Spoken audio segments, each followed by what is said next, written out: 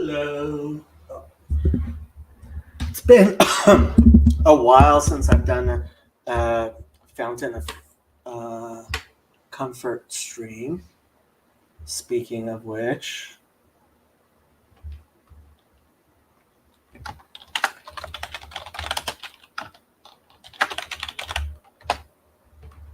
um,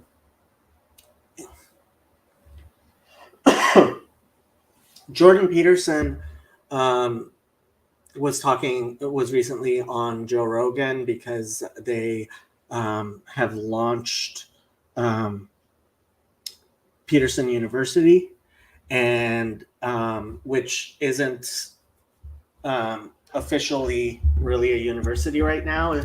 It's um, the first course they're releasing is John Vervaeke. They put out a trailer today, um, and while Peterson was on Rogan, he said something I thought was really interesting. And it's been a long time since I've done a Fountain of Comfort stream, so I figured um, let's let's get back on track. So this is what he said. Because the classic therapist produced view of mental health is that mental health is sort of inside you. It's in your psyche, it's in your mind, but it's not. Like, your mental health is the harmony of your existence in relationship to the future and other people. Your mental health is the harmony of your existence in relation to you and other people, basically. Um, uh, the chat can be funny. If somebody wants to jump on, please feel free to jump on. But so I think, part of what has me very interested in um, what our society seems to not be able to deal with is what is healthy. And even in terms of physical health, right? I don't have to tell you, well, maybe I do have to tell you, UCLA Medical School, recently there was an expose. Um, in their first year classes, they were teaching the medical school students that being overweight doesn't necessarily mean being unhealthy.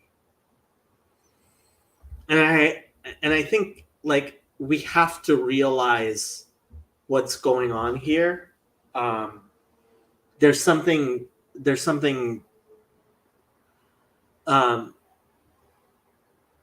there are people who will say there's no such thing as mental health problem, right? They simply they don't believe in things like depression, certainly in anxiety, but even things like schizophrenia. um Hello, Jason. You're new here. Moshe Feldenkrais, I don't know who this person is, defined health as being able to move from one place or position to another with comfort. More deep, the more I think about that. Um, well, in one sense, I think by health, people mean functioning, being able to function, right? Um, and um, I was also listening to Pajot with Peter Boghossian, right? And as far-reaching as that discussion was, I really thought it was for the first time that somebody seemed to be um, actually talking about um, like the basic fundamental issues of how we view the world. And we've gotten to a place where when we talk about what is healthy, right? Who is healthy, right? We have difficulty expressing that. And I think Pajot, although it took a very long time, was talking about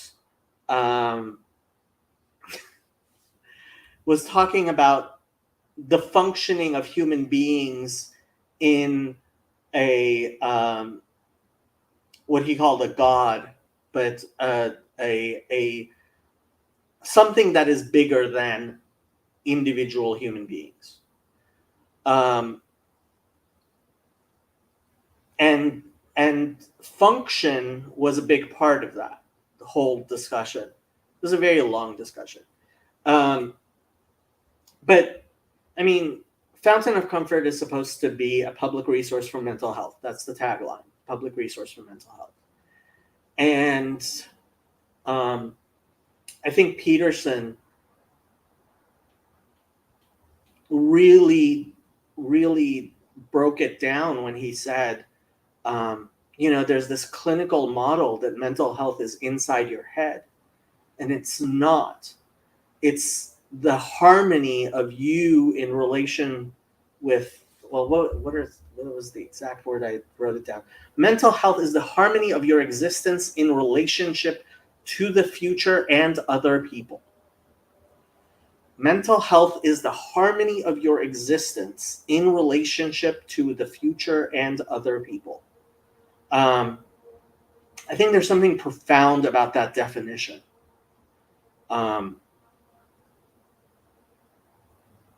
It really works. And I think, I have that book about beauty over there. Like harmony, beauty, I think these are words we use to describe health, to describe goods that are more fundamental and complex than we can easily identify. There's a sense of, I know healthy when I see it. But the fact is, when you have such different views and ways of looking at things, like what is a mentally healthy person, right? Is a healthy person somebody who never gets angry? Is that mentally healthy? Someone who never feels passionate emotions, is that healthy?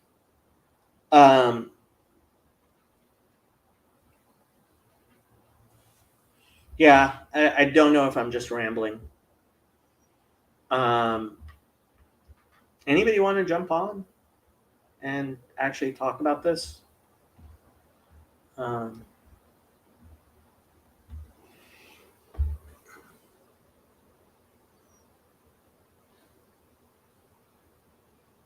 Ryan, you should jump on. Ryan is going to be jumping on in 1 minute. And Ryan is a counseling student. So this will actually be a Fountain of Comfort discussion. Believe it or not. While we wait, this is a book. It's a book of poetry by our very own Nolan Watson. And it is available now at an Amazon website near you. It's a reflection on Dante's Divine Comedy, which I have not read, and I have very little interest in. But since Nolan is an old school member of this little corner, or whatever you want to call it, I decided to buy me a copy. So there's Ryan. You need to turn off the YouTube video.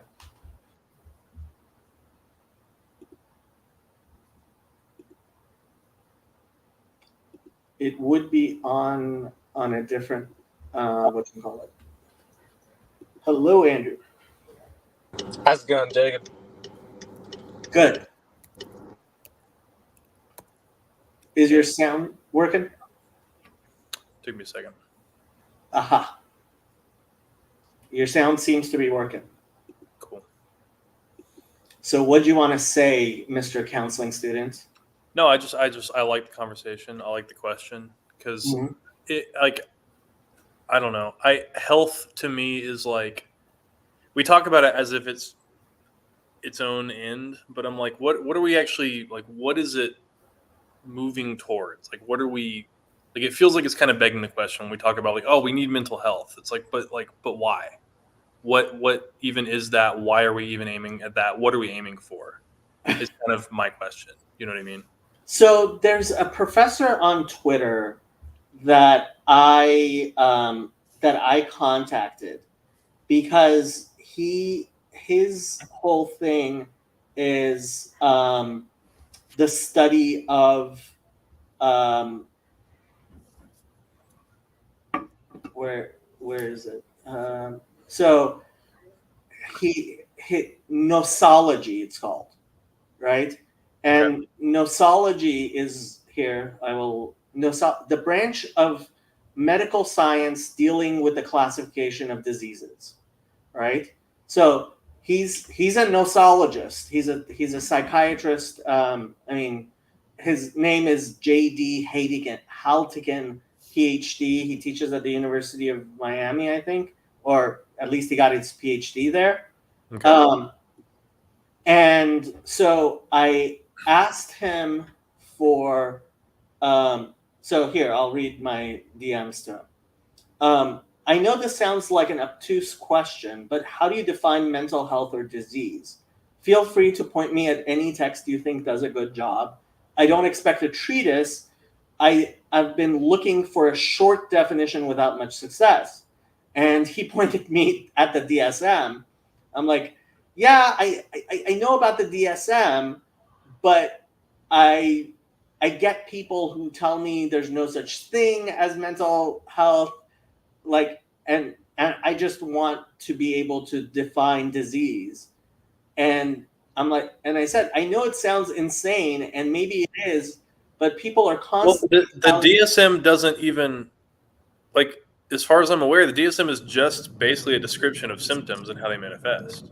It's not saying, like, why do we consider these things symptoms of a problem? Right. Yeah. Actually, the interesting thing, where's my DSM-5?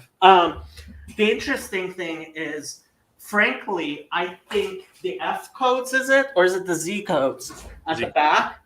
Yeah. Which talk about, no, the F codes are the addictions. The Z codes are disorder, condition, or problems.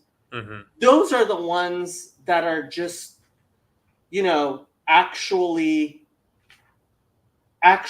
like problems. Right?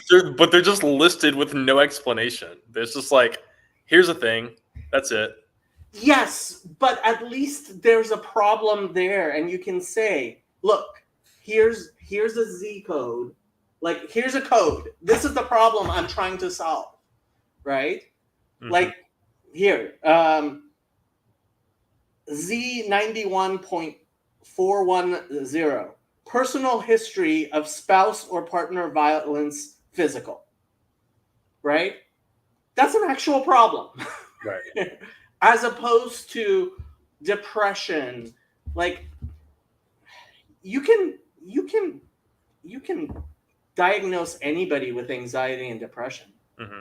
Well, so I like. I mean, I know you're not talking about depression in particular, but I like the example because it's like, man, Vervaeke had a good series like 2 years ago, maybe, where he was talking with some other cognitive scientists, and they had a good video on like depression. Like it was a whole series on depression, but like there was one that stuck out to me because it was like they were basically thinking of it in terms of like depression is when it's like you're driving along the road and you realize you're not going where you thought you were. And so you pull off to the side so that you can like pull up your phone and look at your map and get reoriented and like figure out where you're going. And I like that, like as an analogy, that's super helpful for me because it's like, okay, depression itself is not a problem. It's an adaptive response to a problem. What Right. is the problem? The problem is you're not going where you thought you were going, which implies you have an aim, you have a direction, you have movement, and lack of movement isn't necessarily a problem. It might be a good thing in that moment if it helps you reorient towards where you ought to be going. But then the question is, where ought you be going? Right. So, I mean, from an evolutionary psychology point of view, the question becomes, why do we have depression? Why does depression exist? And I think the only real answer you can give is depression is what is your body inhibiting you from going full speed in the wrong direction. Right. And that's a much better understanding of what's going on than just, depression's bad. Okay. Like that's kind of like the attitude we have. It's like, that's not helpful. I don't think. Secretary of the Board of Directors of Fountain of Comfort, Trey Braswell, would like to say something. You need to. Yeah. I thought I was just gonna type it in the chat, but I was asking, have you watched Sapolsky's lectures on evobiology? Who's Sapolsky? Robert Sapolsky, the famous biologist at evobiology at Stanford. Yeah. Yeah, I mean, you're talking about things first of all from the 70s. Wait. What do you mean from the 70s? His work is from the 70s. The lectures are from the 70s. What do you mean? I thought the lectures are from the 70s. Yes, I may be wrong. Let me check. Sapolsky. He's talking about transgender people. He doesn't use the term transsexual, so I don't think that could be from the 70s, right? His lectures on human behavior and biology, 2010. So yeah, not nearly as old as I thought it was. Okay. Yeah. But I mean, I listened to some of the stuff he was saying. It just seemed incredibly. I didn't listen to the entire thing. Like this lecture collection that I'm looking at on Stanford's website is 25 videos, almost all of them over an hour, some of them close to 2 hours long. Yeah. He didn't seem to be saying anything new or incredibly incisive. But like Trey, what was the insight, or like what do you remember from it that like stuck out to you? Well, I think that he at least brought to my attention that usually with EvoPsych, we have to basically find a use for each of these qualities. But what he basically said is, what if instead I think what he mentioned with depression is that we need to have sort of negative emotions, especially with pain. And then basically those negative emotions have sort of created a negative output that was not intended. So he basically says that depression is a mutation, not something that is innately beneficial. I may be describing it wrong, but basically what he says is that like we can have behaviors, and then if we think about super behaviors, those can just be mutations. For example, OCD does not have to have a benefit, but we can imagine that parts of OCD or like beginnings of OCD may have a benefit. Right. So Does that make sense? I mean, one of the one I remember him mentioning is it's possible that schizotypal behavior might Yes. be useful, but if it goes way off, right, it becomes schizophrenia. And I mean, that's kind of, again, I don't think he's saying anything incredibly insightful. Like, yeah, if you're like being strong is good, but if your muscles are like so strong as that they're inhibiting your bone growth as a teenager, obviously that's bad, right? So too much of a good thing is bad is not saying anything. Yeah, but I mean, like, I think I don't know if this is Trey's point or not, but like I think a lot of what we call maladaptive really is adaptive in the right context until it just like goes like it's adaptive to the point of like it should cause change that's beneficial, and if it did that, then great, it served its purpose. Oh, wow. You are on That means I'm right. That means Apple. I'm correct. Yeah, that means you it are. agrees You with are on an Apple machine. We can. Yeah, tell. no, I got a MacBook recently. Yeah, that's that. Being so yuppie is. I'm Yeah. yuppie. I also make like cold brews every morning, you know. So. But yeah, I mean, it's like what starts off as adaptive is fine. It's good. It's for a purpose. But then it just if it doesn't serve its purpose and then move on, then it becomes maladaptive. And I think like if we understood things through that lens, I think a lot of stuff would make more sense. Like depression isn't bad per se. It's serving a purpose. But if its purpose is not accomplished and then it just remains and grows and becomes a way of being, then it's bad. Right? And ultimately, I mean, you have to recognize when you're talking from a larger societal view. I mean, like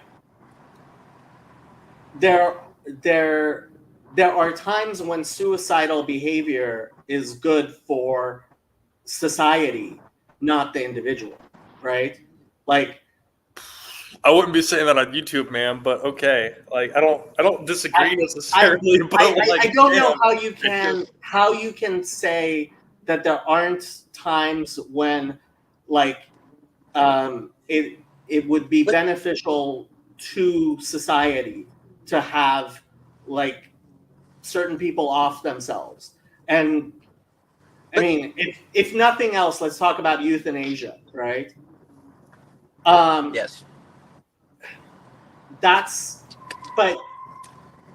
mean, morally, we have moral qualms with that because of Judeo-Christian morals, which I think we should have qualms. I am completely against euthanasia, and I don't believe in that pragmatic type of thing. But look, I mean, when it comes down to it, there's a reason why our young men are willing to kill and die in service of an ideology that like that's how wars have been fought for thousands of years, right? And if people actually only cared about their self-preservation, like you would never be able to have soldiers. No, but I feel that when you start, that's the point I was trying to push back, is that like for Evo Psych to work, we need to have an explanation of everything. But I think what Robert Sapolsky says is like, no way, hold up, there could be just mutations, and why can't suicide just be a mutation that went wrong? Right. You should not be stupid in your in your application of evolutionary principles. Like, Right. yeah, that's not a. I mean, I don't see how that's something worth saying. Well, I well, also it is worth saying if like it's good pushback against this idea that like everything is adaptive, because I think what Trey's saying is like some things might not be adaptive, some things might just be because of whatever. Right. Yeah. Yeah. I think it's obviously wrong to say everything is adaptive, because that's basically saying everything is good. And it's like, no, like obviously there are things that are bad.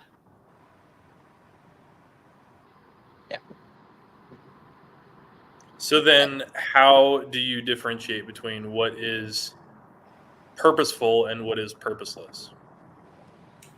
I think ultimately that has to be defined theologically. And that's part of why I think why I think psychology needs to bend the knee to theology. That's not something. What do you want to say, Trey? But that's just such a nothing term. I just like I think that there needs to be some pushback, because I don't like you're gonna go on this description, but what's theology? What part of theology? Isn't psychology its own sort of theology? It seems to be working No, pretty good. psychology is not theology. That's something I am very adamant about, and I want to stop psychologists from thinking they're theologians. But you like, okay, is wokeism a heresy of Protestantism? Yeah, wokeism is Okay, a then theology. psychology is theology. That's No. also what I want to push back. You can't have these terms and then No. sort of have this plug and play No, with it. being woke is not psychology. It's a religion. It has nothing to do with psychology. It's just a religion. You don't see the move on the chessboard that you just made? No. So you've made a social movement, right? Which does not declare itself to be theology, and then you've then said, no, it is doing theological positions. But then you say psychology is not doing those theological positions. And that's just Hold only on. one more point. Again, hold on. I am saying how things should be, and yes, I am categorizing things and saying there's psychology, there's religion.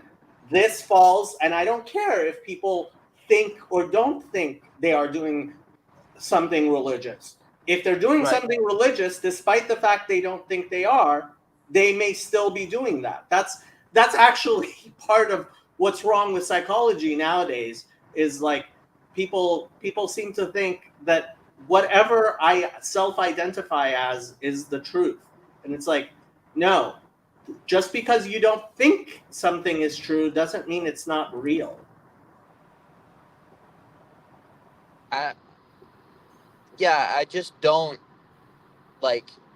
I don't know how much the importance of pushing back on this, but I don't know how you couldn't say psychology is not theology if you're expanding it out into other areas. Because you shouldn't. Like I think what Jacob's saying is like when psychology is done wrong or done poorly, it borrows from the domain of theology without realizing that it's doing so. But if it was kept in its proper place, then it would stay in its own lane. And it would submit to the fact that it cannot speak to things that are above it. I am going to mute Trey because why can I not? Okay, I couldn't even mute him. So yeah, but I mean, like, I think I see the problem in my own little counseling sphere where it's like,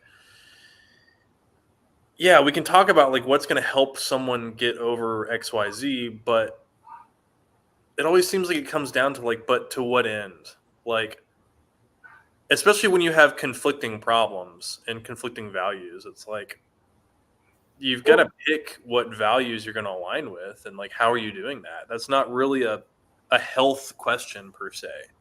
So one thing that Paul Vanderklay said that really stuck with me is he said, I never send couples to a marital therapist unless I want them to get a divorce.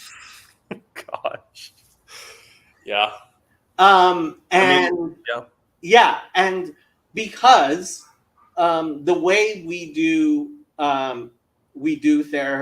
therapy is individual happiness.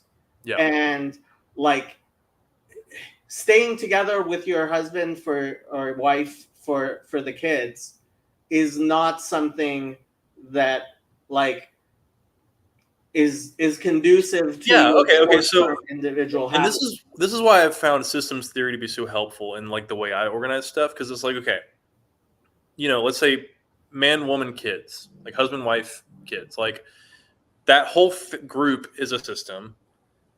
The husband and wife are a system, and then let's say the man himself is a system. Each of those systems has conflicting desires and conflicting like ultimate values, right? And so if the man is coming in for individual therapy, when I think this is your point, like dealing with his anxiety, quote unquote, might mean, hey, like leave your family, like that'll fix your anxiety. Okay, yet true, yes. Is that health? Health for who? Yeah. Like not health for the family, Yeah. and probably not for him ultimately in the long run. And one of my kind of suppositions is like those are in the long run going to be the same thing. Did you hear the Peterson quote I played? Yeah, I didn't watch the interview, but yeah. Okay, like I really think he hit the nail on the head. Mental health is the harmony of your existence in relationship to the future and other people, right?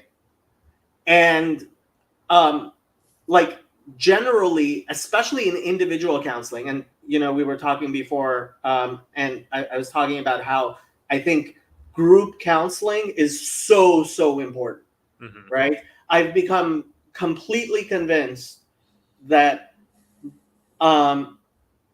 vast majority of people who are having individual counseling needs to also be in group, and like that group as maintenance works a lot better than individual counseling as maintenance, right?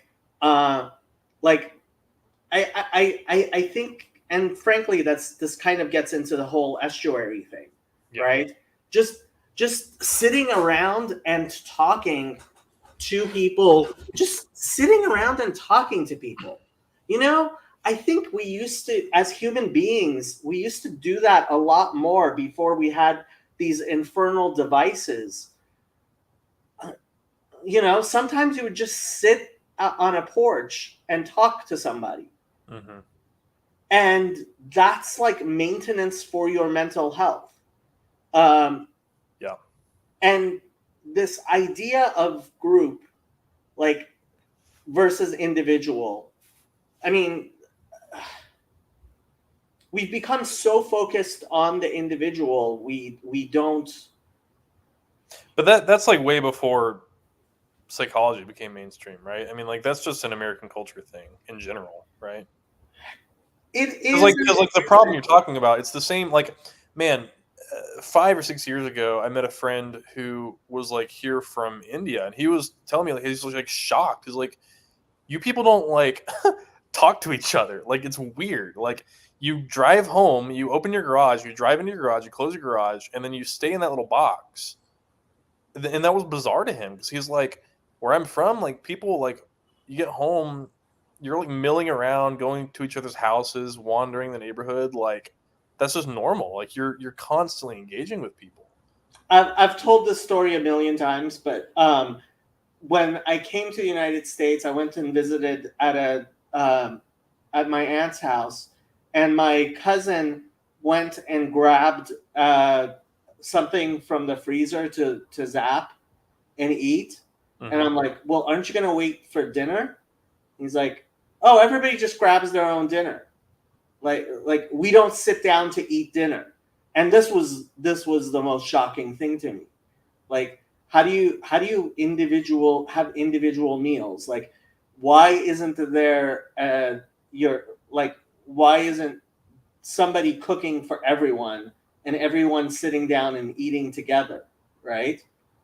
Like, because that's patriarchal. It's evil. It requires someone to be responsible for that, and we don't want to do it. I mean, so yes, on television, that's just not anything anybody does anymore or is supposed to do. Everybody's supposed to sit in front of the television and eat.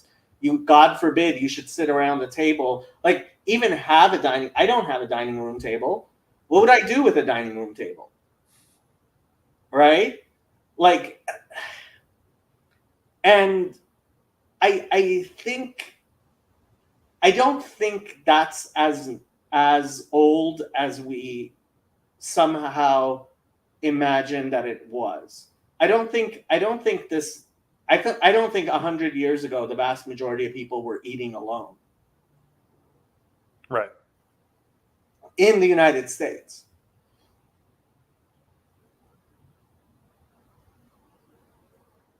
Yeah, I mean it's just one of many little cultural things that have emerged from us being so individualistic, right? And I don't know what drives that. I honestly I have to blame, I do blame it on a desire to deconstruct patriarchy, etc. Like, yeah, having a Would you root it in Protestantism in general? maybe Like a slow roll of the kind of core ideas of Protestantism. I honestly, I have to say, as long as you're translating, you're translating Paul saying there's no Jew or Greek, man or woman, slave or free in Christ Jesus, the way most Protestants nowadays do, you will inevitably end up with this. The lack of any shared identity, you mean? Yeah.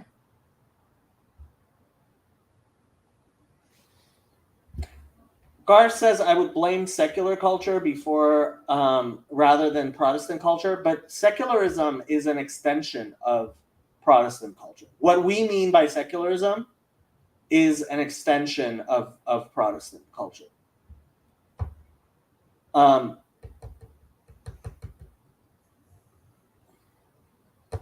It's the flattening of all hierarchies, that every human being is equal to all other human beings. There's no specialized functionality. And I mean, so this is a really morbid thought maybe, but like I've had this idea for a while that like these kinds of problems are self-correcting in the long run, right? Because like the people that are going to survive are going to be the ones that have healthy communities, right? correct. Everyone else is just going to die alone and not have kids, and their ideologies will just go away in a generation or two. Right. So I'm going to veer into the political briefly. So I was talking to somebody and I mentioned that I made a prediction. I like to make solid predictions because I want to know if my thing of the world actually meets the world, like empirically, like test my model. Right. And one of my predictions, which I made back on in February on Twitter as a prediction, was Joe Biden is not going to be the nominee come November. And why did I get into this? I don't know. I'm waiting. And so I said it's an optimistic prediction, right? When I made the prediction, I said this is an optimistic prediction. And the question, like, I was just asking myself is, why did I label that optimistic?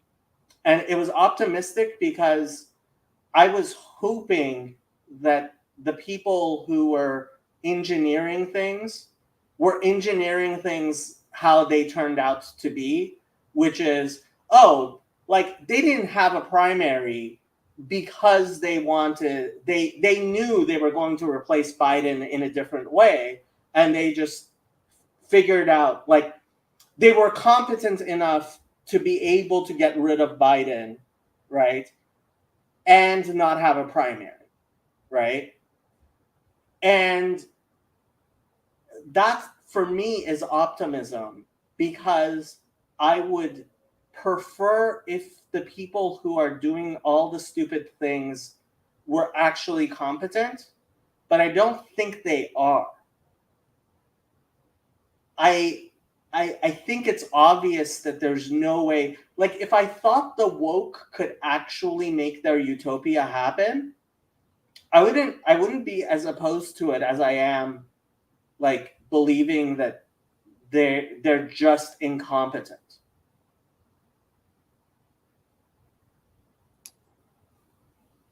So what I'm hearing, and I might be hearing you wrong, but I mean that's like a kind of pragmatism, right? It's like if they can do it, then I don't care so much about the means that they use to get there. So the way I've been terming it is, we all suffer, but at least let's not suffer stupidly, right?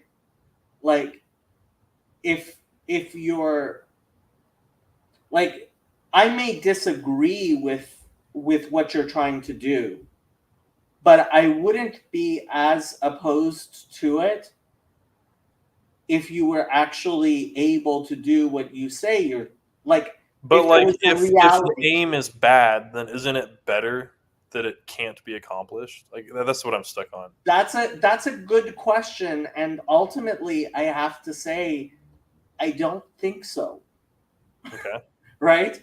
I don't think an incompetent enemy is better than a competent enemy, because I think an incompetent enemy will actually destroy things, whereas a competent enemy, first of all, can actually, even the capacity to recognize when you're not gonna win, right?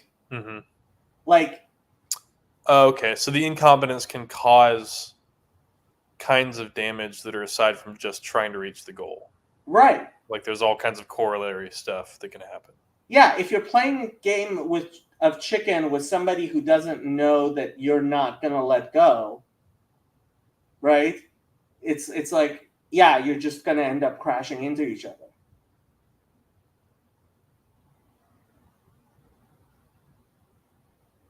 Okay, so that sounds to me like even though you think the aims of woke are wrong, you still see it as, we're doing opponent processing with them. I wish. I don't think we're even doing that, because I think they're not, like, I'm fine with opponent processing. If there was somebody on the other side who was intelligently moving towards a different goal, right? We could have opponent processing. The problem I think we have now is and why I brought it up in response to your morbid thing of, like, oh, like, the people who don't get this, they'll be gone, right? Mm-hmm. So, and I've said this, like, I was talking to somebody who was very exercised over the whole trans thing, and I said to him, hey, you know what? If you have 6 kids and 36 grandkids, and everybody else who is into the trans kids, like, sterilizes their own children, by the time you die, it won't be a problem. Mm-hmm. Right? Like, yeah. and that is one way of looking at it. But ultimately, I think our society, like, if all of that is going to waste as opposed to, like, actual opponent processing, right? Like, Peterson emphasizes the importance of each human being, right? Mm-hmm. Each human being can contribute, right? And, like, I think Okay, so like even though reality will long term correct itself, because of course it will, even still, you're like, there's a lot of needless suffering that could be resolved if people would repent. Yeah. Yeah. Yeah.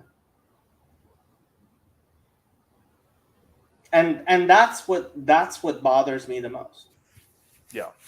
It's the stupid suffering.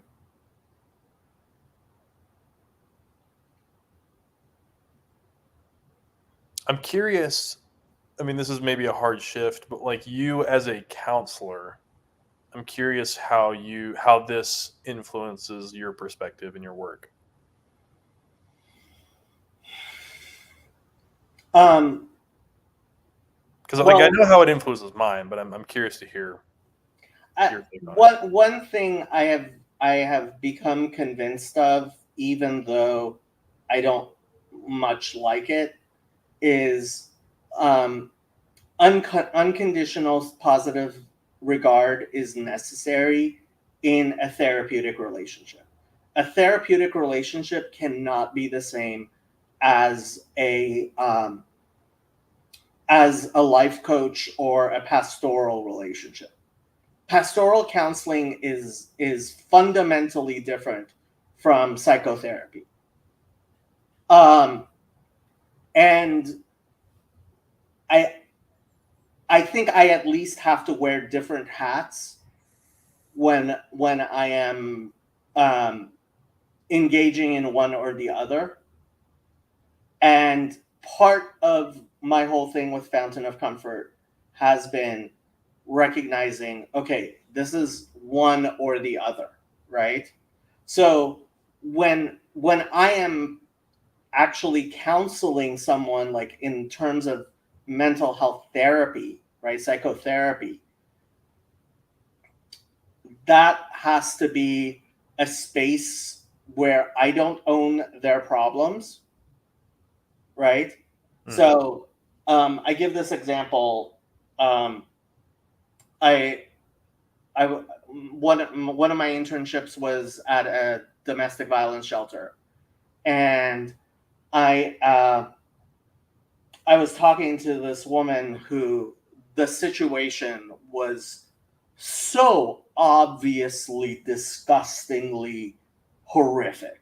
Mhm. Like, her husband was the most worst piece of,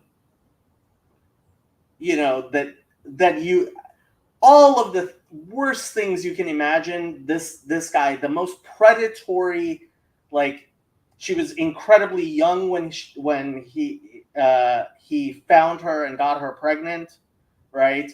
Like pedophilia type stuff, right? And I'm sitting there in the room with her, right? And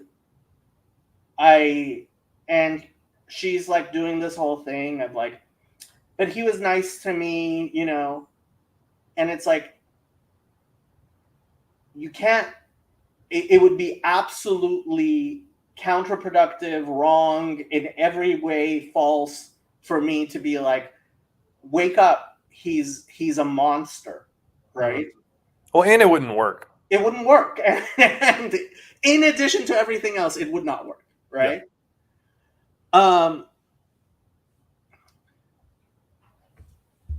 But like, that's a very different thing, and that's why I think psychology, like, it needs to be a separate thing, right? From, we live in a community, we see this relationship between this young girl and this monster, and like, not saying I necessarily approve of this, but in most places, her brothers would go beat him up, Right. know? Yeah. That type of thing. It's like, yeah, no, this is something that, like, there are situations where, in terms of like society, right, it's not necessarily the psychotherapeutic route that's going to lead you where it should. Right. right? Like, and that's why I did a video on mandatory reporting. I'm a big fan of mandated reporting, right? Because, you know, as a therapist, sometimes when you're talking to, like, I've never done child therapy, but even in child therapy, right? It doesn't matter if the child understands or wants to, you know, report abuse. You report the abuse anyway, because that child's just not in a place where they can. Well, at Trevor, I was actually with, like, and that was one of the things that pissed me off, was they weren't reporting doing the mandated reporting. But like, psychotherapy is something different from just like living your life and trying to fix the situation, and like, and this is where social work kind of gets weird, right? Because as social workers, not all social workers are doing clinical work, right? Some social work, in fact, probably I would say most that goes by the name social work is just, it's not actually therapy. Right. So I agree with you, but I'm curious to hear you flesh it out. Like, what precisely is different about being a counselor versus being a good friend who's trying to help?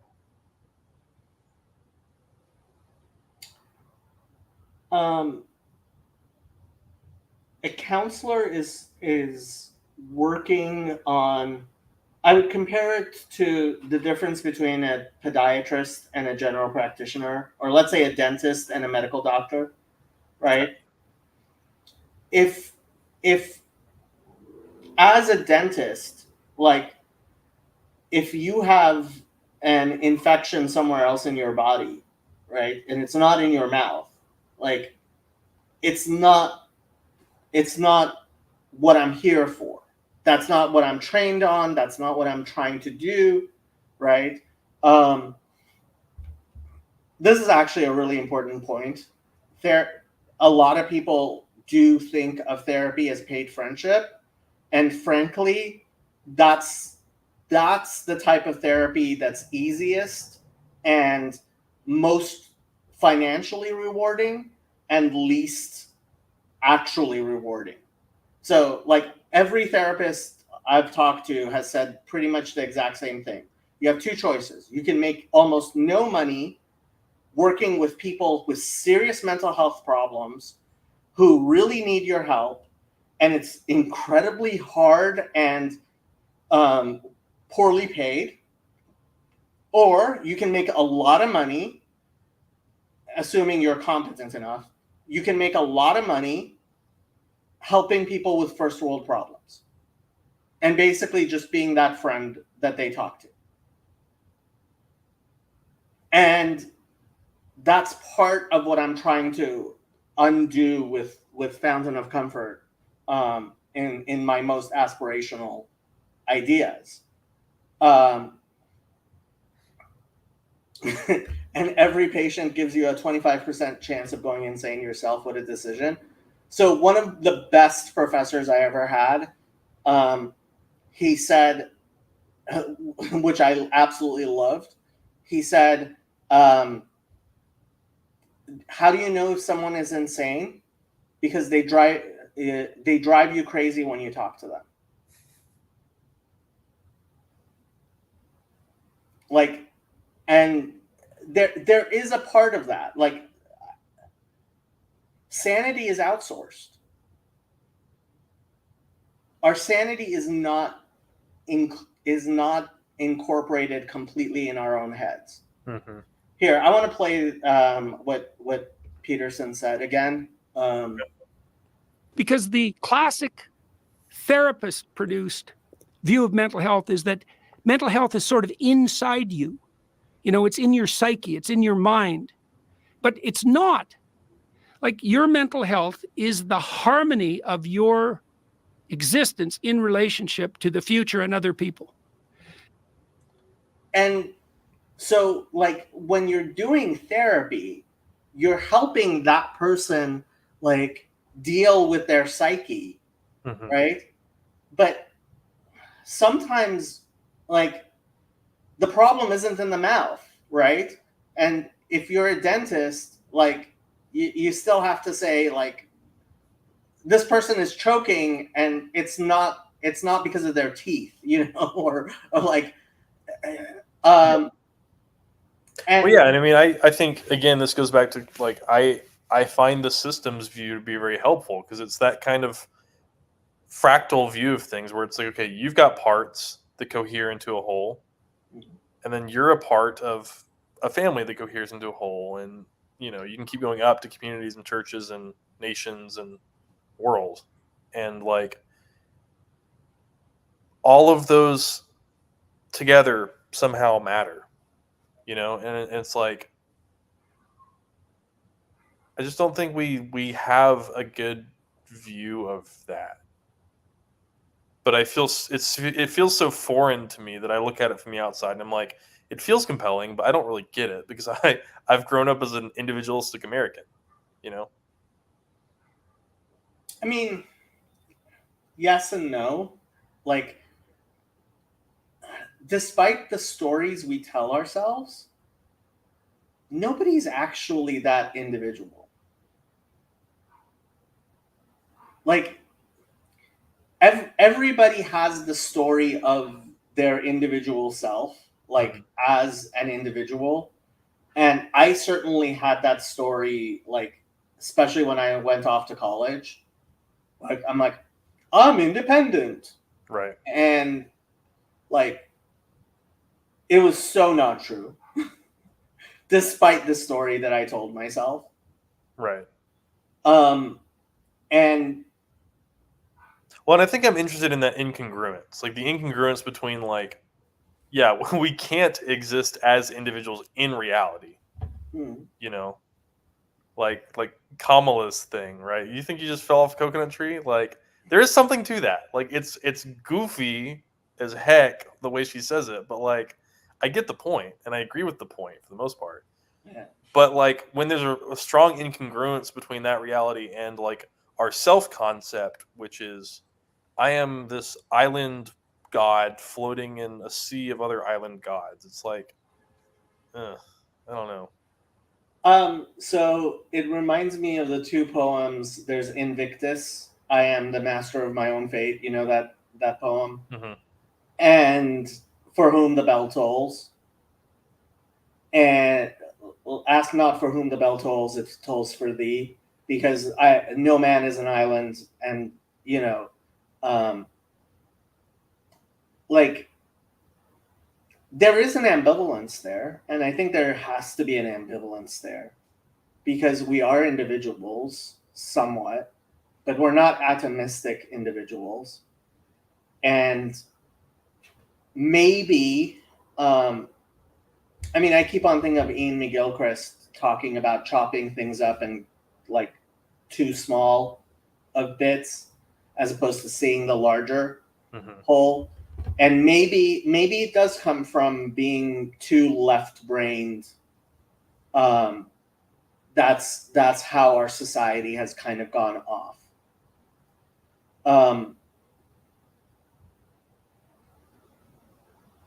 But, like, also, when I realized, so I don't know if you have any of your friends who share a Facebook account, husband and wife. Oh yeah. At first I found that weird and like silly, and then I was like, why don't they have this functionality? Like, it makes perfect sense. Why wouldn't a husband and wife share a Facebook account? Mm-hmm.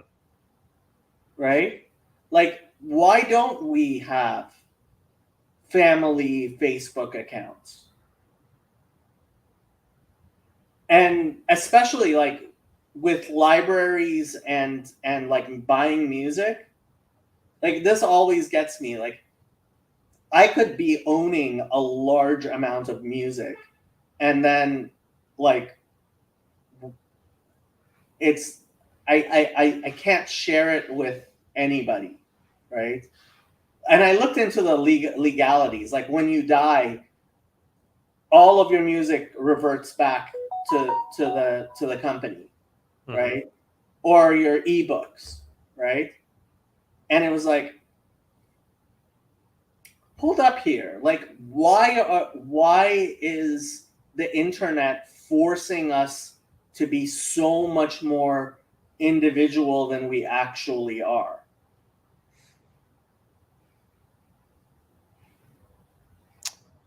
I mean, what comes to mind is I've thought a lot about this because like I grew up, I was around 5 or 6, and we got internet access, and I started spending all my time in front of the computer alone, and it's like I whatever can't blame my parents. Like nobody knew how much impact this whole thing was going to have. Like it is what it is, but like I can look back and reflect on like, man, like all of a sudden my world went from this to like many orders of magnitude bigger overnight.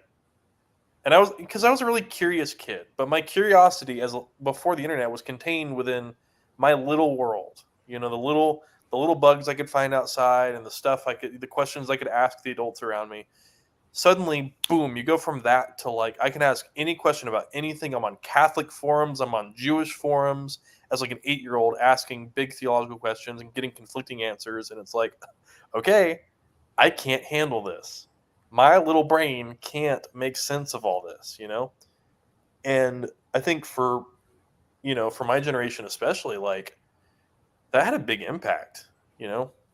I can't prove it, but I think that's a big part of why millennials are the way they are. I think we're just a big soup of unintegrated crap, and we're trying our best, but it's not going great. Well, what gives me hope is like, and I've started paying a lot more attention to the difference between um, the difference between like before the printing press and after the printing press, Hmm. right? I've actually started a lot more actually thinking about how life was so different before the printing press than after the printing press. Yeah, Um, we adapted.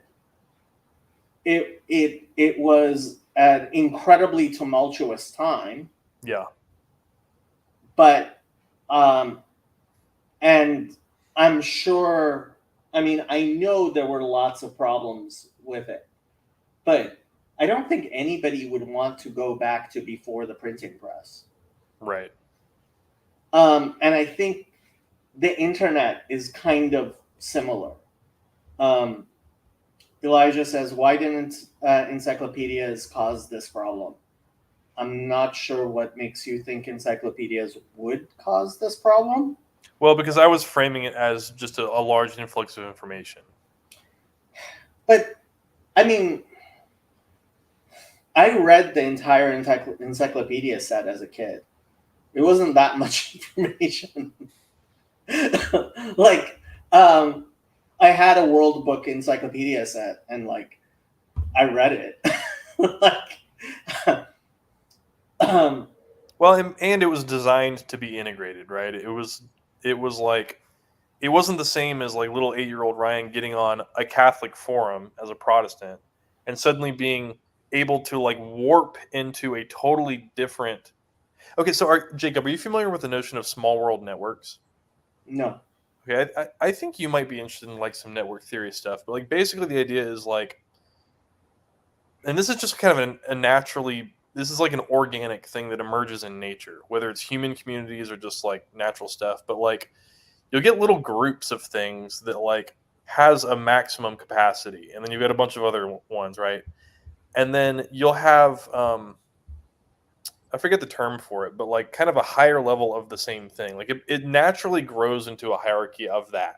And so this higher level is like kind of the same amount, but that's got some connections to the lower stuff, and you just keep going up like that. That's a healthy, stable network. It's a healthy, stable, small world network, right?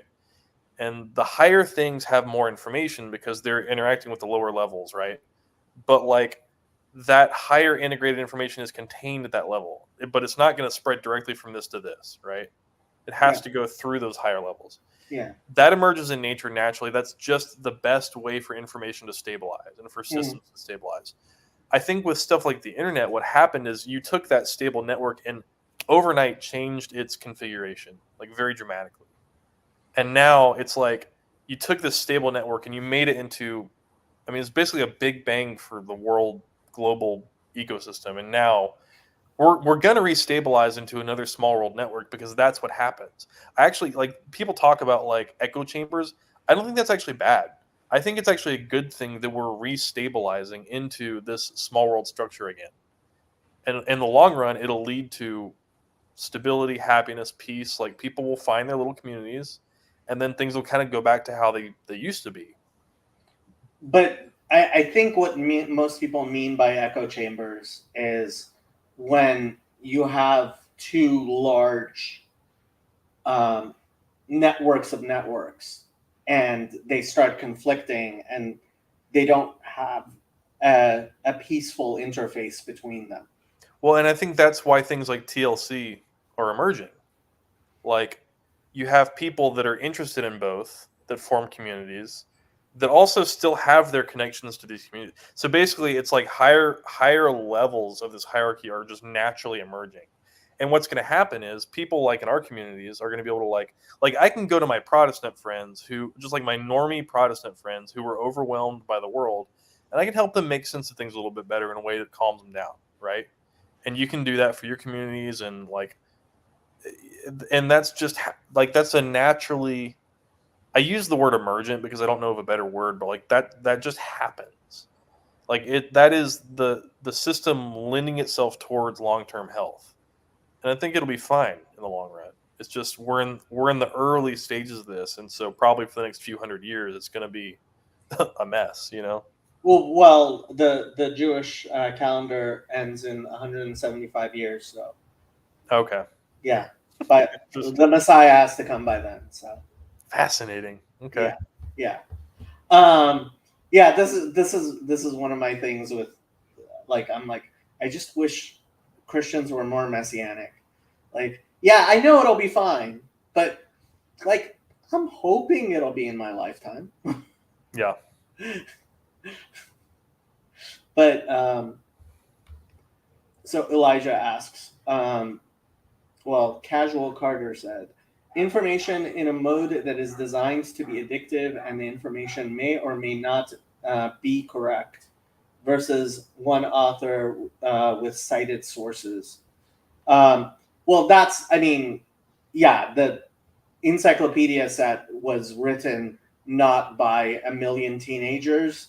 And so I was one of the early editors on Wikipedia. I was really excited about Wikipedia. I was in law school. And so some of the like most basic legal articles, I went back and I'm like, I created those, right? Like I wrote the first stub for some of the basic legal things, right? And I stopped editing Wikipedia when I recognized there were people who were hired to make sure that a page said the things that it said, right? It was specifically a thing about Sri Lanka, and I got into an edit war with someone, and I realized, oh no, this person like has a job to make sure that this page says what it says, and like there's no way I'm going to be able to defeat this. And that's when I stopped doing Wikipedia. But like, yeah, Wikipedia started as a million teenagers, and then it turned into a million teenagers plus a bunch of very motivated ideologues plus a bunch of people who are paying for someone to monitor their page and keep certain information off of it. Right. Well, yeah, and so like that's a function of an I don't know how to put it. A network that's too connected. Because, you know, with my little small world network thing that I'm talking about, like what's going to emerge is communities developing their own local Wikipedias that will be biased necessarily towards their own perspective, but like that's inevitable and it's stabilizing. As long as they are also submitting to higher levels of hierarchy that have a bigger view of things, right?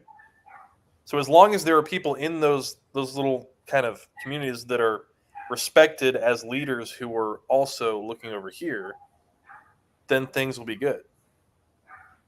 It's just we're not there yet. I think we are getting closer, but we're not there yet. We'll see. So I don't know, Cassandra, if you watched Malcolm and Simone's latest video, but I was sitting there like laughing because they were like making very specific predictions about how the world was going to be like in many years, and it was like just the fact that you think you might know, like if you think what the world's population is going to look like in 80 years, I have news for you. 80 years ago, we hadn't invented the pill yet. Like,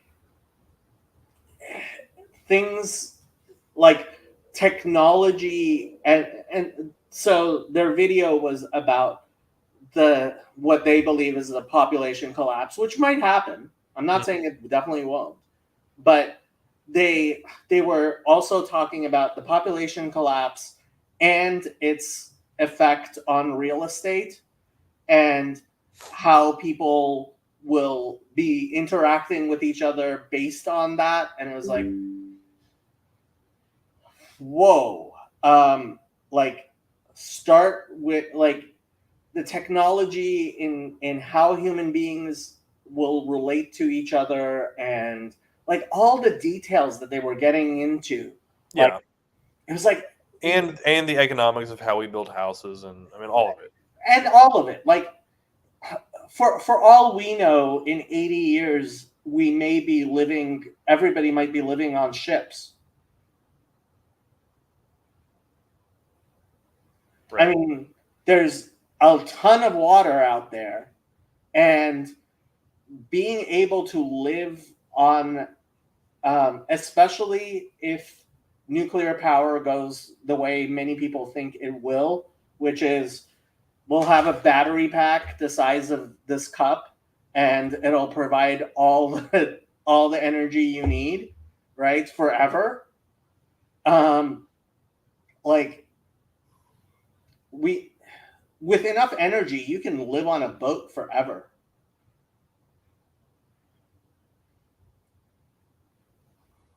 But like, Just reminded me, I've never seen it, but Waterworld.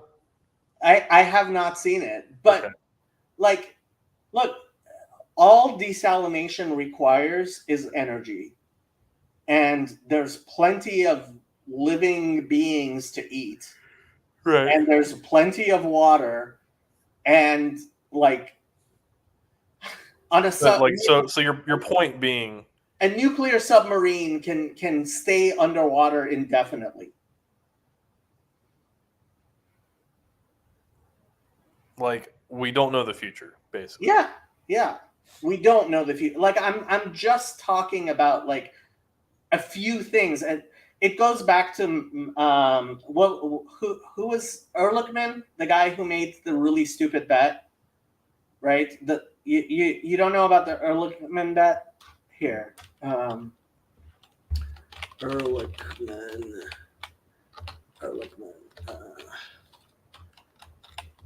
Paul Ehrlich. Am I thinking of the right guy? No, this might not be the right guy. The guy who made the bet about world famine bet.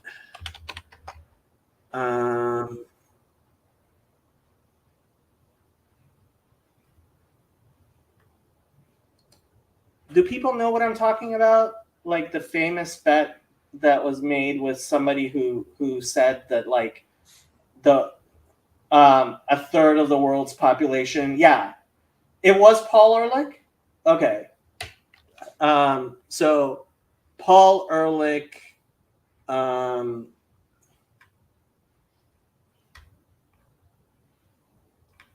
Oh, maybe I'm looking at the wrong Paul Ehrlich. Because this doesn't look like it's. Yeah, there's several Paul Ehrlichs. Yeah. Oh, right. Paul R. Ehrlich. So this guy. So,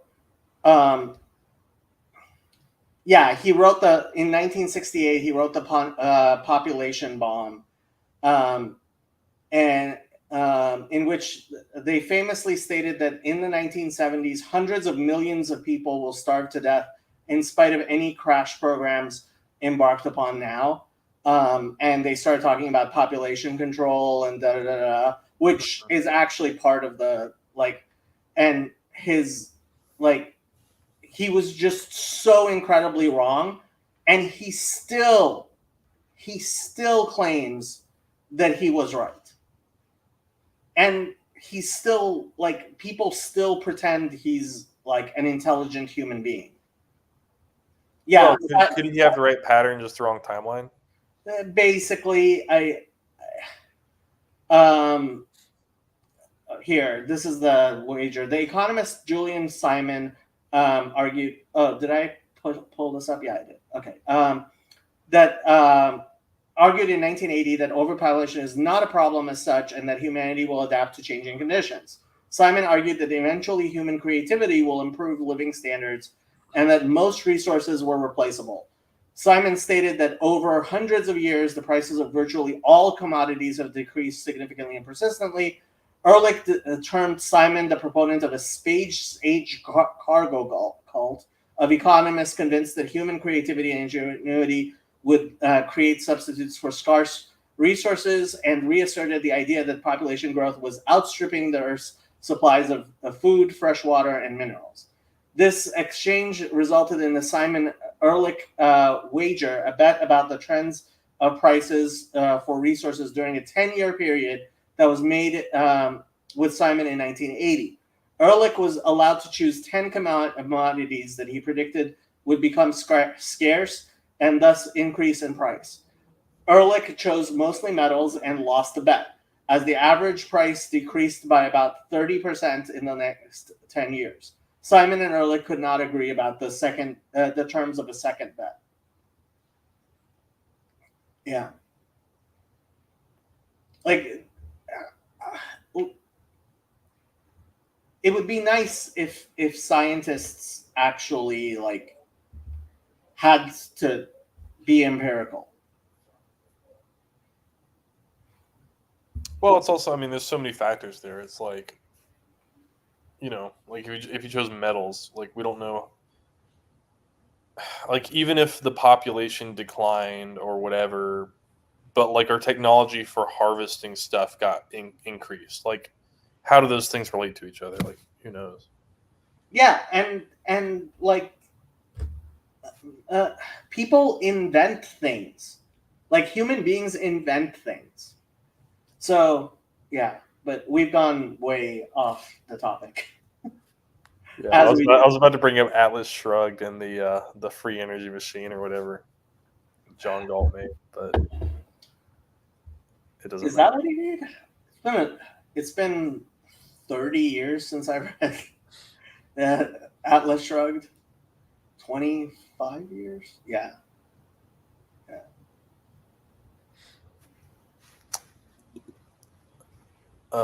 But yeah, health.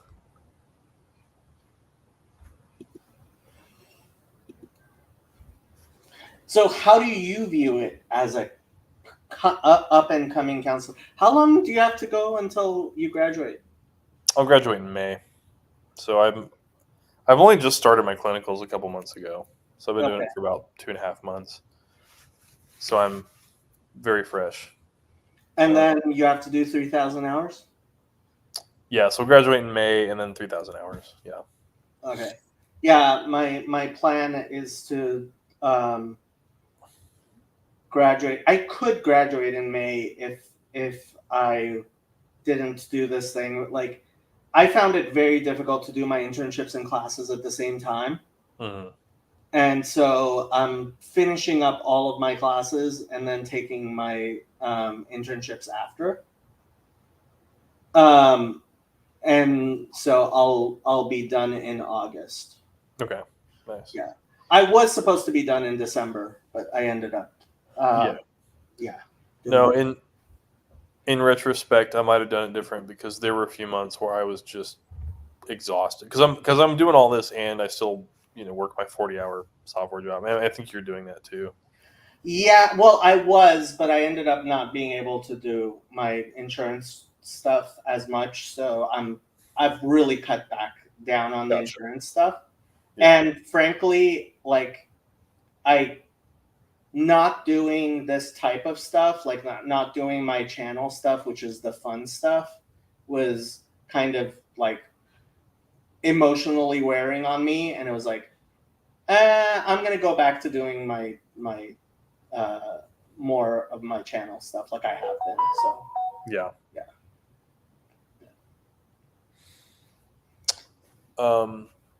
But yeah, health. I mean, are you asking like what I think health is? Yeah.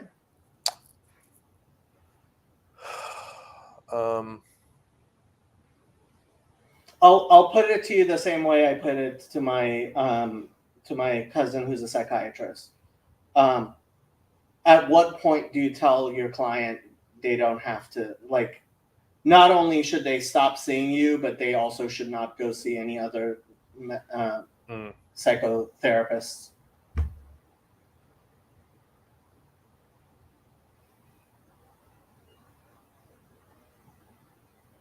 Yeah, I mean, I've never tried to articulate this, so this will be rough. But like, I think I see it a lot in terms of optimal grip. So it's like, because like I said earlier, like I don't think health is its own end. I think it's like a means to the end of being able to move in the world in ways that are effective and satisfying, something like that. And not just as an individual, but in this kind of fractal sense of like I'm an individual in a family, in a community, in bigger communities, in a city, in a globe, whatever. And so, yeah, I mean, like to the extent that someone is unable to get a grip on the world and they've tried other things that haven't helped, then yeah, great, go see a therapist. Once you have a grip and don't feel like, or I don't know. Yeah, I don't know. I'm still thinking about the discharge thing. Because right now I think I'm just doing it as like just by gut, you know. So my idea for Fountain of Comfort is it should in some ways reflect what we do with physical health. Of you go to the gym, everybody goes to the gym, right? And everybody's supposed to keep up their nutrition, right? And then if you need next level service, right, then you go to a doctor. And then if you need the next level service, you go to right. So I think there's, and this is my idea with support groups. Like, I think everybody should be in some sort of group where they sit around and they talk, right?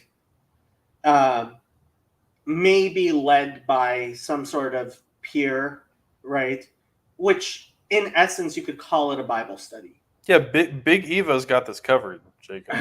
Come join my non-denominational church. You can be a part of a family group. You can be a part of a life group. Yeah, but it's pretty sexy. they wouldn't let me in any of their groups.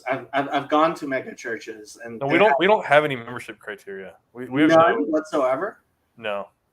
Wow. I mean, you wouldn't be baptized, but you wouldn't want to be baptized. Correct. So we're good. Like, and I think then if that's like, I think that can identify, okay, this is somebody who needs therapy. Mm-hmm. And frankly, and I mean, I tried looking up numbers. It seems like if 6 months of, and some people need intensive psychotherapy. Like, I've become a lot more of a fan of intensive outpatient programs, but like, it seems to me that interventions should be 6-month terms.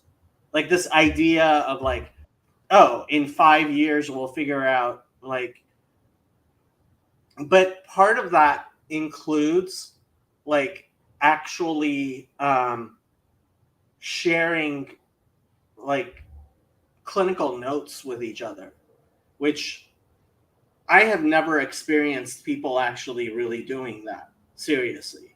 Mm-hmm. You know, I did a lot of therapy. Like nobody actually shares clinical notes with each other. You mean like between different practices and stuff like that? Yeah. Yeah. And frankly, it seems to me like one difference between social workers and other mental health people is they make home visits. Like, and it's like, yeah, well, why wouldn't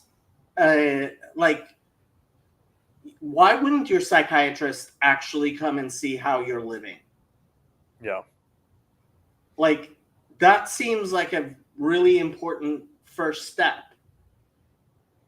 How does I don't know, the economics of that sound dubious to me? Like, how do you have time for that and also make money? It's not, I mean, look, first of all, I think we need to get rid of this 1 hour psychiatric thing.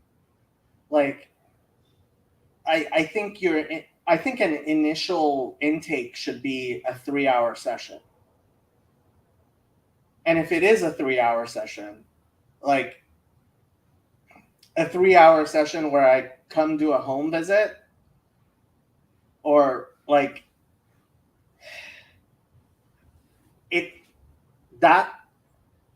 and frankly, like ultimately, but who's gonna pay for, like, if I can do 2 intakes in a day, who's gonna pay half of my daily wages? Well, I mean, that's what social workers are basically doing when you call DCFS. A social worker goes out to a person's house. When there's an adult check, a social worker has to go out to somebody's house. When there's like the homeless outreach, like some social workers are actually going out of their offices to do mental health. Right. And so what I'm like, if we're gonna scale this model up and make it more common, like, who's paying for all that? It's not economically. I think viable. Ultimately mental health, and that's why I called it Fountain of Comfort. One of the reasons is no individual, well, nowadays we do, but it used to be that you didn't dig your own well. There was a village well, right? Mm-hmm. And like there was water there, and when people needed water, they would come to it and get water, right? And I think there needs to be a more public health model. And what I would like to see is a Fountain of Comfort community where people who were helped feel like they should contribute, and like ultimately it's you hire X number of people whose job it is to maintain the mental health of the community, right? And they go wherever they need to, as opposed to this, what seems really bad idea of the person who needs mental health care is the person who pays for it. Like, that makes no sense to me. Mm-hmm. The people who need the most mental health care are not the people who can pay for it. It's the people who can't pay for it who are the most debilitated by their mental health. Yeah.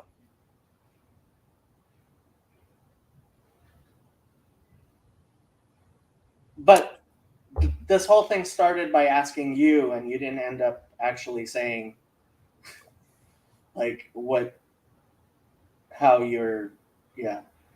Yeah, define- no, I mean, I did optimal grip. I don't know if I can be more specific than that. I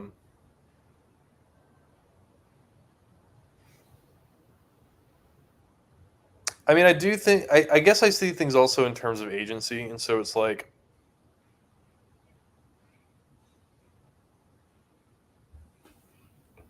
I think I'm dealing more with, I don't know, like what I'm dealing with is probably different than what you're dealing with in your social working world. I'm very much more of the first world problems kind of Mm. clientele, you know? And so from that perspective, what I'm thinking of is like, yeah, people have, like, these people have the resources. They just don't have the sense of agency over their problems. And I think that sense of agency comes from, well, it's this kind of catch-22. It's like it's available. It just like isn't thought to be available by the individual. And so a lot of it is kind of reframing, like, and understanding like, okay, your anxiety is, it's not just a disease and you're broken and screw you, you have the wrong chemicals in your head. Like, your anxiety is your system's attempt to adapt to something. And by understanding what that is and how that's working and seeing it for yourself, you will have an experience that gets you a sense of agency over that, and then it will change. And so health from that perspective is like the ability or the agency and the perception of agency, something like that. So it's their individual perception. Which, I mean, within the context of, so again, you take that model, I see it fractally. So it's like, it's this, you scale that up, you can apply that to the family also, to the community also, to the nation. You know, right now our nation does not perceive that it has agency to solve its internal problems, and the internal parts are in conflict with each other. I mean, you could literally take the IFS principles and apply it to the United States, or to a church, or to a family. Like, it's all the same stuff. I'm just, what I'm most interested right now is the level of the individual, but I don't see that as being in conflict with all the other levels, because I see it as one pattern that scales up and down, if that makes sense.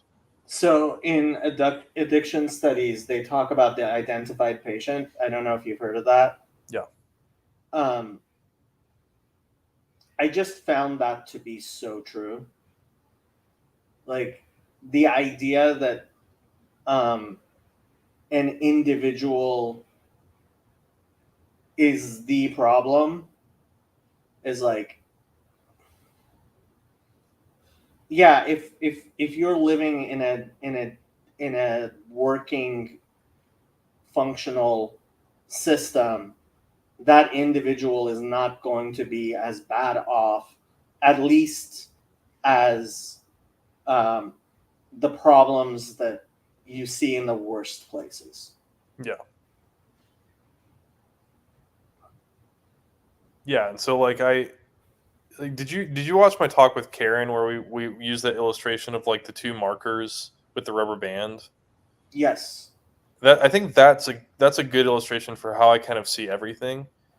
You've got this dynamical system where both parts are kind of individually moving, trying to achieve their purposes, but also there's this center. And to the extent that you're off of the center, that's going to be stress on the system. And you take that thing and make that a fractal thing, and like that's a system. That's a Bayesian inference system. And like, yeah, so like in a family, like if one, let's say one adolescent comes to me for counseling, I'm aware that they are part of larger dynamical systems, but I'm not really getting much interaction with all the outside stuff. All I have is who's right in front of me. And so it's like I recognize that, they are trying to achieve their own ends, and their parents are, and their siblings are, and there's all kinds of dysfunction there, but also like that interacts with what's going on in their own individual system and vice versa. And it's like, I mean, it's in some ways it's absurdly complex to the point where I'm like, how do you accomplish anything? Well, But regardless, one person is in front of me. They've come to me for help, and I do what I can. one thing I've noticed is people who go through a lot of therapy end up oftentimes completely cutting off their family. Mm-hmm. Because when you have no capacity to actually help the other people in the family, the only useful thing you can suggest is cutting yourself off from those people, Right. which is incredibly destructive. It will solve the immediate problem in some cases, but it won't lead to what I consider health. Yeah. Yeah. And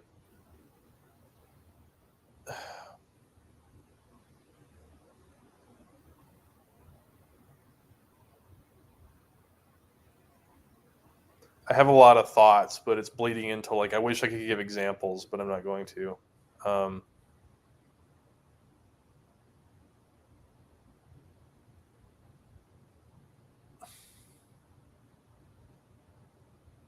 Yeah, I don't know.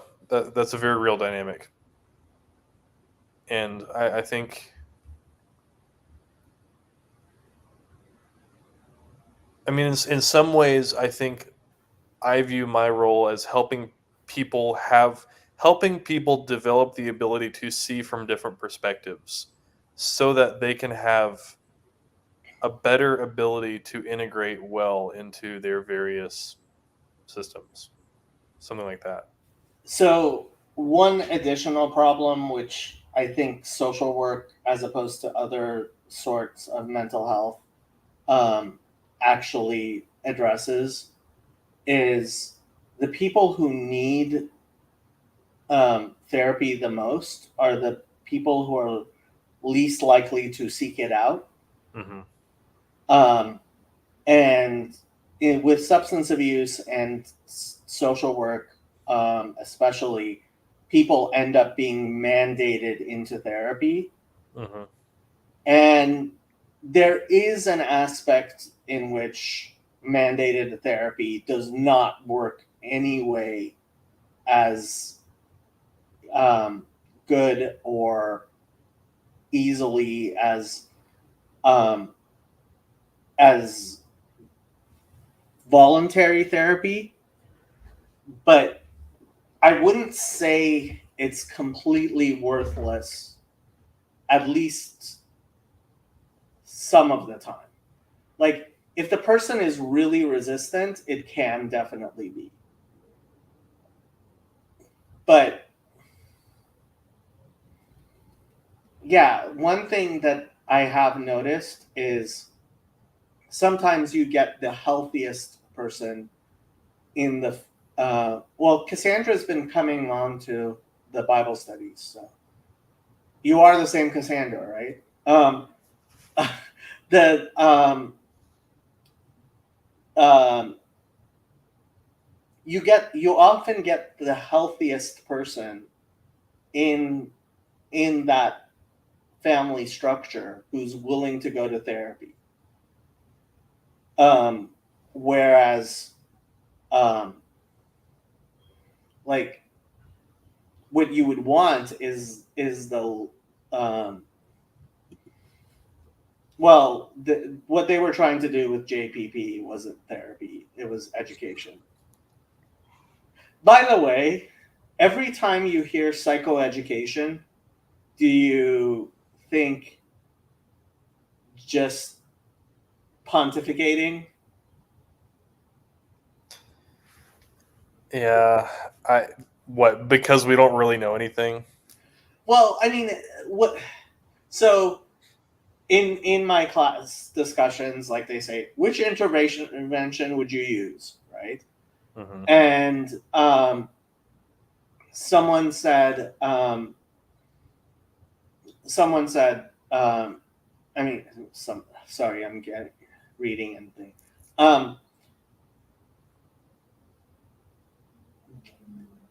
Whenever the solution, like the intervention they want to use, is actually just telling someone what to do, they call it psychoeducation. Oh, interesting. Yeah, like okay. I haven't seen it used that way, but that's okay. Maybe, and that's a euphemism for directive. Yeah. Stuff. Basically. Okay. Yeah. Like. Interesting. Yeah, psychoeducation is how. Mark says, Chad brought up this morning that his recovery through AA began through court-ordered group therapy with a sponsor. So in his case, it worked. Yeah, I mean, it sometimes works, but I'll tell you from my discussions with Chad, he definitely has a lot of and rightful criticisms of mandated therapy. Part of the problem of mandated therapy is it has turned into a business, and you have to be really careful about the people who are in the business of earning money through, like, the most predatory of people. Like, if you want to be a real predator, like, become a therapist. Like, you get the most vulnerable people, and if you're a predatory, horrible human being, you can manipulate them really, really. Like, if you're sadistic as a therapist, oh my God, like, you can do so much damage. Yeah, I originally got interested in the field because I stumbled across like hypnotherapy and realized, like, whoa, like the fact that that's possible is really interesting. The fact that real change can be affected like that is like, okay, there's something there. But then the more I looked into it, it's like, dude, I mean, you really can have a lot of effect over people. And yeah, I don't know. It also depends on the person. I mean, especially some people are incredibly malleable, and yeah, the number of therapists who sexually abuse their clients is not small.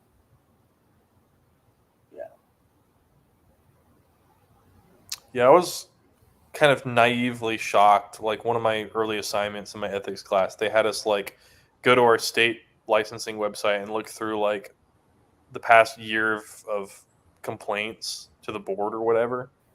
and some huge percentage of them were sexual misconduct. So when I was looking for internships, I did I did an interview, and after the interview, I went and looked up the person who interviewed me, and they had just gotten off a suspension uh, for having pled guilty to spousal abuse. It's like, not going to take this position. Thank you. Bye. What do you think the average health of health workers is? Mental health workers. There is definitely a selection bias. People go into psychology and psychotherapy because, and I know the numbers are north of 80%, because they have had personal experience with mental health problems. How much of that, like, optimally, you would want people who have actually successfully, like, been able to deal with their mental health. But, like, I know, especially in substance abuse, there's this push towards a requirement that you be a recovering addict, because they don't want people who, like, there's a certain type of thing of, like, you won't get it, right? Mm-hmm. Right. But what I see most is because there's a sort of groupthink that gets disrupted by somebody who, not having been an addict. Because I have to say, substance abuse, like, I was shocked to find out how much people with substance abuse problems have in common with each other. Like, there's a reason why the Big Book works so well for so many alcoholics, despite the fact that some of the interventions, like, I think a few chapters in the Big Book, if you're the type of person who has, especially, like, if you're a little OCD or social anxiety, like, I think it will drive you insane, right? This idea of, like, sitting down and writing every way you've wronged anybody. Oh yeah. Imagine somebody with OCD, like, trying to do something like that. It's so, but, like, somebody with that type of a guilt complex would never ever end up becoming an alcoholic. Yeah. Well, you know what's interesting? Like, Adult Children of Alcoholics, if you're familiar, it's like a different 12-step organization. They started with the same 12 steps, but then changed some of them for that exact reason. Because, yeah, like, it is super interesting. Like, you get some very shared characteristics among alcoholics. You get some very shared characteristics among spouses, among children. Like, it's very, there's something standard happening there. Yeah. Like, not you know, least of which is the physical effects of whatever you are abusing. right. But I think it goes beyond that, because, like, I was involved in ACA, the Adult Children of Alcoholics and Dysfunctional Families, for a while. Mm-hmm. Even though I don't come from an alcoholic home, but I stumbled across their literature and was just so captivated by it. I was like, I don't know why, but I really resonate with this. And so I showed up for a few months just to try to figure out, like, what is going on here, you know? And I never quite got to the root of that, but it was just interesting to see, like, okay, there's people here from pretty different backgrounds, but when they read these lists of characteristics that are oddly specific, we're all like, yes, that is me to a T. Like, more so than, like, a goofy personality test. It's like there's something that really is, like, deep in the psyche, you know? And So I'm interested in that, although I don't really have great answers. So the reason I brought that up is um, you really see in the mental health profession there are certain like Yeah, yeah certain dysfunctional types of people. yeah that are very common. And the fact that it's over 80% female, I think has really skewed the profession in some ways that are not very healthy. Well, and it didn't used to be like that. I mean, it was a boys' club originally. Like, why did it change? Good question. I think part of it is actually because we started um, we started really encouraging women to have high-powered careers, and you will notice that women chose the high-powered careers which deal with interests in people rather than things, right? So you you're telling women, oh, you have to be a some sort of science or medical or health type thing, and they, as opposed to choosing engineering or like material or chemistry or whatever, they will choose um, they will choose overwhelmingly things that deal with human beings. So that's why women become um, women become doctors more than they become engineers, right? And so I think that I think that's definitely a huge part of it. And then to some extent, we started trying to quantify and economically. So one of the places I did my internship was this convent where there are zero nuns left. It started as a convent that also had a shelter. There are no nuns there, and so they've hired people to replace the nuns, right?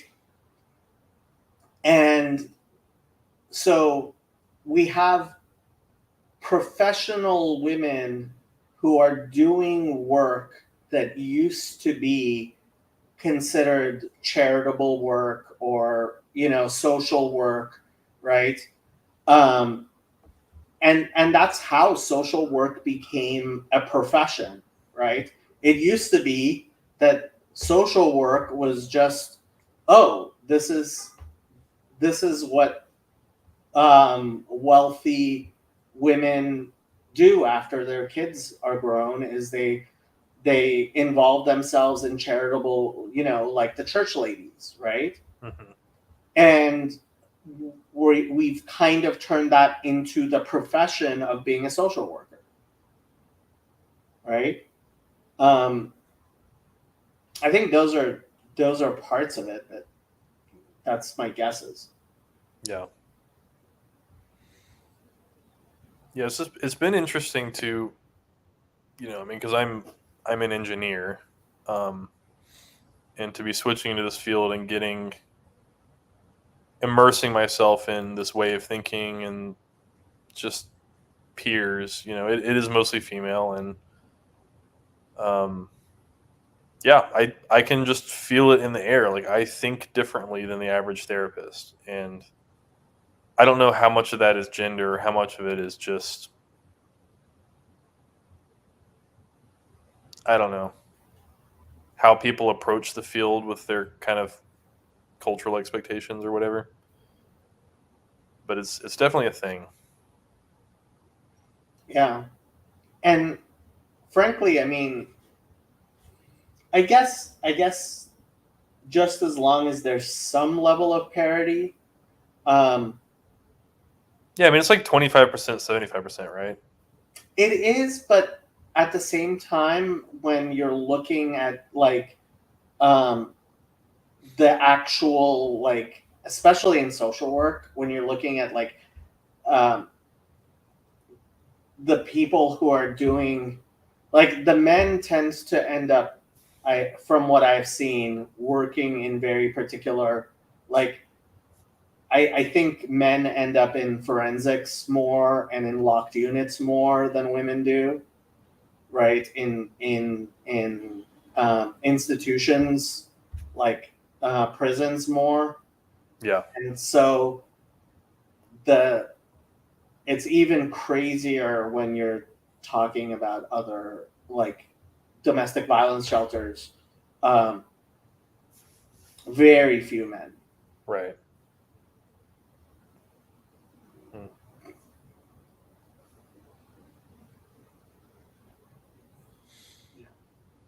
Well, I think I've run out of things to say. And we've been going for almost 2 hours. I should probably end this. I think I'm going to end this stream.